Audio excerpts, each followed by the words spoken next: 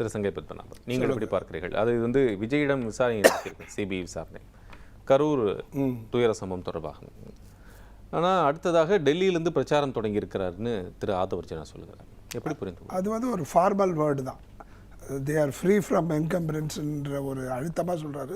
கேஸில் ஒன்றும் பிரச்சனை இல்லை. ஏற்கனவே சார் தேசிய ஜனநாயக கூட்டணிக்குள்ளே கொண்டு வரான்னு ஒரு தகவல் வந்துட்டே இருக்கக்கூடிய சூழ்நிலையில் திரு ஆதவர்ஜனா வந்து தேர்தல் குழு பிரச்சாரத்தினுடைய பொதுச் செயலாளராக இருக்கிறார், மேலாண்மை பொதுச் செயலாளராக இருக்கிறார். அந்த பொசிஷனில் இருக்க ஒருத்தர் டெல்லியிலேருந்து பிரச்சாரம் ஆரம்பிச்சிச்சுன்னு சொன்னால் தேசிய ஜனநாயக கூட்டணிக்குள்ளே திரு விஜய் போறாருங்கிற ஒரு ஃபீல் வருமா? இல்லை, அது வந்து ஒரு திட்டமிட்டு பரப்பப்படுகின்ற ஒரு காசிப் தான் அது. ஏன்னா ஆமாம், அது வந்து அதில் உண்மை இல்லை. ஏன்னா சகோதரர் வந்து அவர் ஆதங்கத்தெல்லாம் நான் பார்த்தேன், புரியுது எனக்கு. ஆனால் வர்ற வாய்ப்பெல்லாம் எட்டு வதிச்சுட்டு அப்புறம் புலம்புறதுல பிரயோஜனம் கிடையாது. யாருக்கு வாய்ப்பு வந்தது? தேமுதிகவை இவங்க விட்டது எவ்வளோ பெரிய தவறுங்க.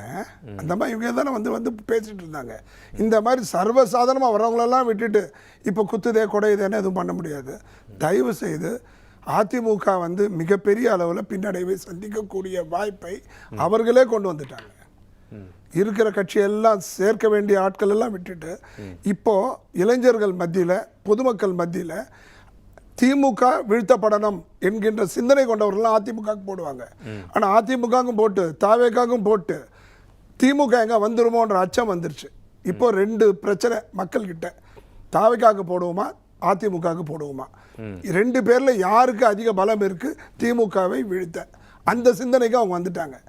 ஏறத்தாழ 18 வயசுலேருந்து 40 வயது வரைக்கும் இளைஞர்கள் வந்து அக்கார்டிங் டு தேர்தல் கமிஷனுடைய ரிப்போர்ட் பிரகாரம் 2.7 கோடி மொத்த வாக்காளர்கள், 5.67 கோடி.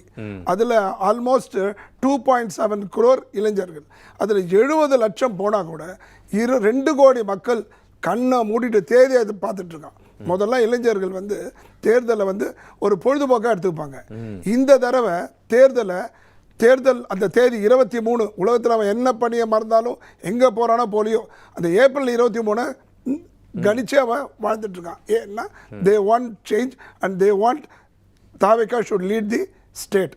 அப்படி இருக்கும்போது 1 கோடி பேர் வச்சு ஆட்சிக்கு வர முடியாது சார். 2 கோடி சார், 2 கோடி தாராளமாச்சு. 4.7 வச்சுக்கோங்க அப்ராக்சிமேட்டாக 5.7. அதில் 70 lakhs போட மாட்டாங்க. மீதி 85%, 80 to 85%. 2 கோடி பேர் வாக்காளர்களா இருப்பாங்கன்னு எப்படி நீங்க இவ்வளவு உறுதியா சொல்றீங்க? வாக்காளர் அவங்க தாவேக்காக்கு வாக்கு செலுத்துவாங்கன்னு எப்படி சொல்றீங்க? இளைஞர்கள் முழுக்க அவங்களுக்கு தான் சார் போடுவாங்க. நீங்க தயவு செஞ்சு இன்னைக்கு கூட பாருங்க, சேனல்ஸ் எல்லாம் பாருங்க. அதிமுக 3 காமிக்கிறோம், சீமானுக்கு ஒரு வாக்கு காட்டுறான். திமுகவையும் தாவேக்காவும் தான் பக்கத்து நெக் டு நெக்காக எடுத்துட்டு போறாங்க. தயவு செஞ்சு மத அரசியல், இன அரசியல், ஊழல் அரசியல், இத்தனை அவலங்களுடைய உச்சகட்டம் இன்னைக்கு திண்டுக்கல்ல ஒரு பெண் மல்லிகை கடையில் பூந்து ஒருத்தன் வெட்டுறான். இந்த 2.0 ஆட்சி தொடர்ந்துச்சுன்னா அதுக்கப்புறம் 3.0க்கு போயிடுவாங்க. ஒட்டுமொத்த அவலம் சார். எல்லண்டோ வந்து ரொம்ப மோசம். சரி, ஓகே சார். இப்போ நீங்க சொல்றீங்க இதெல்லாம். நான் ஏன் விஜய்க்கு வாக்கு செலுத்தணுங்கிற கேள்வி அந்த இளைஞருக்கு வரும் தானே. அவர் ஒரே ஒரு வார்த்தை சொல்லிட்டாரு சார். என்னன்னு? நேர்மையா ஊழலற்ற அரசையும் சட்டம் ஒழுங்கில் சற்றும் காம்ப்ரமைஸ் ஆகாமல், சமரசம் இல்லாமல் நாங்கள் ஆட்சி. இந்த 2 மட்டும்தான் சார் தேவை. நான் என்ன கேட்குறேன், ஜாதி பிரச்சனை, மத பிரச்சனை, மொழி பிரச்சனை, கலாச்சார பிரச்சனை, இதெல்லாம் உலகம் இருக்கிற வரைக்கும், அழிகிற வரைக்கும் இந்த பிரச்சனைக்கு தீர்வு இருக்கா? யார் வந்தாலும் தீர்க்க முடியுமா? இதை தானே 50 வருஷமாக பண்ணிட்டு இருக்கோம். இதை தயவு செஞ்சு இதுக்கும் அரசியலும் சம்மந்தமே இல்லை. இப்போ மக்களுக்கு தேவை அன்றாட கவர்னன்ஸ், அந்த அன்றாட ஊழலற்ற தன்மை. 4 லட்சம் இவர் தானே சொன்னார், கவர்னர்கிட்ட போய் மனு கொடுத்தாங்க, இவங்க 4 லட்சம் கோடி எடுத்திருக்காங்கன்னு. அதெல்லாம் இருக்கலாம்ல. அவர் தாவேகா தலைவரே சொல்கிறாரு. 20% சிஎம்க்கு போகுது, 10% மந்திரிக்கு போகுது, 30% இருந்ததுன்னா எல்லாமே செய்யலாம். மாண்புமை நீதிமன்றம் ஒரு 1.5 கோடி நீங்க கட்டுங்கன்னு சொல்லி தாவேகா தலைவர் விஜய் அவர்கிட்ட சொன்னாங்க. சார், என்னுடைய பணத்தை நான் ஒழிச்சு வச்சுக்கிறதும் என் மனைவி பணத்தை எடுத்து தெரியாமல் எடுத்துக்கிறது மாதிரி சார். அது மக்களுடைய வரி பணத்தை திருடுறதுக்கும் கொள்ளடிக்கிறதுக்கும் தன்னுடைய பணத்துக்கு முன்ன பின்ன கணக்கு அதை வந்து நியாயப்படுத்தலை. அதுக்கும் இதுக்கும் சம்மந்தப்படுத்தாதீங்க. கார்த்திக் சிதம்பரம் அவர்களே சொல்லியிருக்காரு. என்ன சொல்லியிருக்காரு, அந்த டாக்ஸ் எடுத்து போய் கட்டிட்டா அது வழக்கே இல்லைன்னு அவருக்கு தெரியாதுதான். கட்டலையே கட்டலை அவர்கிட்ட நியாயம் இருக்குன்னு நினைக்கிறாரு. நீதிமன்றம் போயிருக்காரு. இல்ல இல்ல அது நீதிமன்றத்துக்கு முதலமைச்சர் என்ன சம்பந்தம் இருக்கு? முதலமைச்சர் நீதிமன்றம் சொன்னா முதலமைச்சரும் கட்டத்தானே சார் வேணும். ஆமா அதெல்லாம் தேவையில்லை சார். ஏங்க உங்க முதலமைச்சர் நீங்க இருக்கும்போது சிறைக்கு போலியா? அதனால முதலமைச்சருக்கும் நீதிக்கும் சம்பந்தம் கிடையாது. செங்கை பத்மநாபன் சார் வந்து சொல்லும்போது அதெல்லாம் இது 1.5 கோடி கட்ட சொன்னா அது குடும்பத்துக்குள்ள பிரச்சனை இல்ல. எங்க பார்வை சார் 4 லட்சம் கோடி எங்க சார்? 4 லட்சம் கோடி அத்தனை மந்திரி மேல வழக்குங்க. அதெல்லாம் பார்க்கும்போது இன்கம் டாக்ஸ்ன்றது ஒரு மேட்டர். திருப்பி ஒன்னொன்னு சொல்லுவாங்க 2000 ரூபாய்க்கு விற்கிறாங்க 1000 ரூபாய்க்கு. ஒரே ஒரு நிமிஷம் தலைவா, என்னோட வரி வேற, செகண்ட் உள்ள போலாம், வருமான வரி வேற. அதான் சென்னை உயர்நீதிமன்றம் கமர்ஷியல் டாக்ஸ் கட்டலன்னு தான் சொல்லுது சார். கமர்ஷியல் டாக்ஸ் எல்லாமே சார். என்னங்க இம்போர்ட் டாக்ஸ் என்னங்க? அதுக்கு பேரு அது குடும்பத்துக்குள்ள பிரச்சனையா? கமர்ஷியல் டாக்ஸ் இல்ல சார், தயவு செஞ்சு விட்டுருங்க. 1.5 கோடி அவர் வாங்கின பணத்துக்கு பர்சன்டேஜ் கட்டலன்றதுக்கு கமர்ஷியல் டாக்ஸ் கிடையாது. நீங்க கட்ட வேண்டியது நடிகருக்கு கமர்ஷியல் வராது. தலைவா மன்னிச்சிருங்க, ஒரு நடிகர்களுக்கு கமர்ஷியல் வராது, ஒன்லி இன்கம் டாக்ஸ் தான் வரும். அது வேற சொல்லுங்க. சம்பாத்தியத்துல தான், காருக்கு இல்ல. திராக்னீஸ்வர் அது பேசும் இல்ல. அந்த நம்பிக்கை வந்து அது ஏற்படுத்தும் இல்லை. என்னடா இப்ப நான் நேசிக்கக்கூடிய ஒரு தலைவர் அல்லது நான் வாக்கு செலுத்த வேண்டும் இருக்கக்கூடிய ஒரு தலைவர் வந்து இதை கூட செய்யலையே பண்ணலையே அப்படிங்கிற ஒரு அந்த நினைப்பு வந்து அவங்களுக்கு வராது. அந்த 2 கோடி பேர் அதே அந்த நினைப்பு வரணும் சார். அந்த நினைப்பு வரணும். அது வரலன்னா தான் தப்பு. வரணும். ஆனா வரும்போது எப்படி வாக்கு இல்ல தயவு செஞ்சு இல்ல சார்.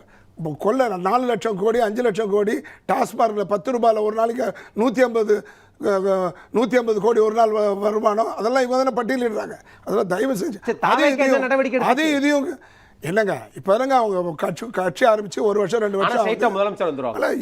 வரல தப்பு. எம்ஜிஆர் அவர்கள் வரலையா? உடனே சொல்லிடுவீங்க. உடனே 30 வருஷம் 40 வருஷம் சொல்லுவீங்க. ஒத்துக்கிறேன். அதே சமயத்தில் என்டி ராமாராவ் வரலையா? அரவிந்த் கெஜ்ரிவால் வரலையா? அவர் என்ன நடிகர், அவர் என்ன ஃபேம் இருந்தது? 6 மாசத்துல சிஎம் ஆகி வரலையா? அதனால தயவு செஞ்சு மக்கள் இப்போ ரொம்ப தெளிவா இருக்கிறாங்க. உங்களுக்கு தெரியும், நீங்க வந்து அட்லீஸ்ட் ஒரு 4 டிகேட் சார் இதில் பார்க்குறீங்க. நான் என்ன கேட்குறேன், என்டி ராமாராவ் அவர்கள் வந்த சூழலும் அரவிந்த் கெஜ்ரிவால் வந்த சூழலும் ஒண்ணா? Aravind Kejriwal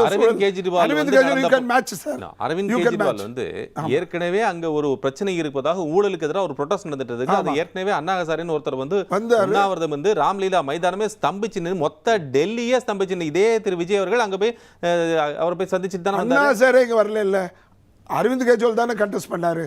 I am talking about Aravind Kejriwal. அந்த பூமி என்ன வந்தது? இல்ல சார், அவர் கீழ அவர் அதுனா சார் கீழ 4-5 பேர் இருந்தாங்க. இல்ல 4-5 பேர் இருந்தாங்க. யாருமே தெரியாத கண்டஸ்டன்ட் வந்து வாக்கு செலுத்தி அவர்களை வேட்பாளர்கள் நிப்பாட்டி வச்சு அவங்க ஜெயிச்சாங்க. ஆமா. எதனால? Anti corruption. அதே ஆன்டி கரப்ஷன் தமிழ்நாட்டில் ஒர்க் அவுட் ஆகும். ஆன்டி லா அண்ட் ஆர்டர் வந்து ரொம்ப வஸ்டா இருக்கு. ரொம்ப மோசம் தலைவா. பெண்கள் ஒரு நாள் கூட நிம்மதியா இருக்க முடியல உள்ள சார். இந்த 2.0 ஆட்சி தொடர்ந்துச்சுன்னா தயவு செஞ்சு வீட்டில் பூந்து வெட்டுவாங்க. இது ஆல்ரெடி நடந்துட்டு இருக்கு. காலையில் சாயந்தரம் நடக்கும். எல்லண்டோ ரொம்ப மோசமா இருக்கு. தயவு செஞ்சு புரிஞ்சுக்கோங்க. ஒருத்தர் சொல்றாரு வந்து சார் 50 வருஷம் பார்த்துட்டோம் சார் 2 பேரையும். Let us watch, let us have a change. பாப்போமே. let us have a change ன்னு சொல்றீங்க. let us have a change on what hope ங்க இருக்குல, அந்த தான கேள்வி வருது. அங்க கேள்வி அதற்கான பதிலே தான இப்ப நம்ம முயற்சி பண்றோம், தேடறதுக்கு முயற்சி பண்றோம். அப்புறம் ஏன் நீங்க அவ்வளவு அண்டர் எஸ்டிமேட் பண்றீங்க? Not underestimate. Udhayanidhi Stalin பாராட்டுற நீங்க வாய்ப்பு தானே சார். உதயநிதி ஸ்டாலின் எப்படி பாராட்டுறீங்க? அவங்க அப்பாவே எவ்வளவு பாராட்டுறாரு? என்ன சொல்றாரு? என் மகன் சிறப்பா பண்றாரு, அதை பண்றாரு, இதை பண்றாரு. எப்படி ஆப்பர்ச்சுனிட்டி கிவன், வாய்ப்பை கொடுத்திருக்காங்க. மக்கள் தாவேக்காக்கு வாய்ப்பை தந்தால் மிகச் சிறந்த முறையிலே நிச்சயமாக இந்த 2 தான் சார் முக்கியம். கரப்ஷன்லெஸ் அண்ட் குட் கவர்னன்ஸ் இன் தி எலண்டோ. இந்த 2 இருந்துட்டாவே மேட்டர் போயிடுச்சு சார். தயவு செஞ்சு பாலியல் மட்டுமா, போதைப் பொருளுடைய புழக்கம்லாம் ரொம்ப மோசமா இருக்கு தலைவா.